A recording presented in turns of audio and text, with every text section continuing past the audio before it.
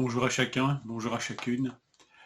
Que le Seigneur vous encourage, vous bénisse, vous accorde de vivre des temps en sa présence. Je lis avec vous ceci dans notre lecture. Marc 3, verset 9. Il dit à ses disciples de tenir à sa disposition une petite barque afin de ne pas être écrasé par la foule. Quel contraste entre l'ampleur de la tâche et la tâche confiée aux disciples, ici dans ce récit. Des foules entières se pressent vers Jésus, venant de tout le pays, remarquez la description versets 7 et 8, et même d'en dehors du pays, d'au-delà du pays. Et lui, il leur confie à ce moment-là précis cette modeste tâche de lui mettre à disposition une petite barque, nous dit le texte. Une petite barque disponible. Voilà ce qu'il leur demande.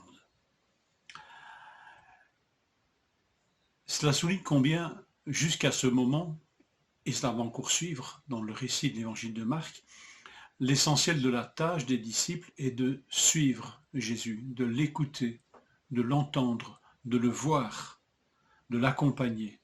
C'est leur principale occupation.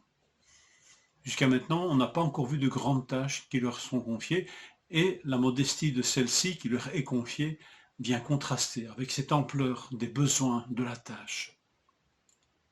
Quand Jésus d'ailleurs choisit les 12, dans le reste du récit, au verset 14, il est dit ceci, il en établit 12 pour les avoir avec lui et pour les envoyer prêcher avec le pouvoir de chasser les démons.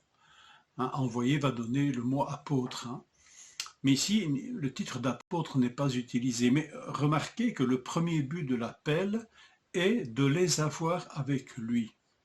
Il semble que le Seigneur commence toute formation par cela, être avec lui, le regarder, le voir, l'entendre, passer du temps en sa présence. Et plus grande est la tâche, plus grande est nécessaire la proximité avec Jésus. Il les appela pour être avec lui et pour les envoyer vers quelque chose quand même d'extraordinaire. Alors, ils ont vu bien des choses jusque maintenant. Qu'il est le Fils de Dieu, bien-aimé, les cieux se sont déchirés pour rendre témoignage au Fils. Il vient nous rencontrer dans nos vies concrètes. Il vient nous appeler à le suivre, même à la maison. Il nous montre le chemin de la rencontre régulière avec le Père. Par la prière, il appelle, et il les a appelés, il nous appelle, ses enfants, mon enfant, avant que nous puissions faire quoi que ce soit. Il a le pouvoir, il a l'autorité de pardonner les péchés. Il est épié, accusé, et pourtant il prend du temps à justifier ceux qui sont aussi épiés et accusés, et entre autres ses disciples. Ils l'ont vu guérir, délivrer, fermer la bouche aux adversaires, ils l'ont entendu enseigner, et de quel enseignement? Enseignement avec autorité, comme jamais personne n'a enseigné. Voilà déjà tout ce que les disciples ont pu voir, observer, entendre. Et à ce stade, Jésus leur confie cette modeste tâche et leur rappelle l'importance d'être avec lui. Alors, ne méprisons pas ces temps de formation patiente de Dieu, formation d'observation, de proximité avec le Maître. Bientôt, il va les envoyer. Mais silence, il a encore bien des choses à leur dire et à leur montrer.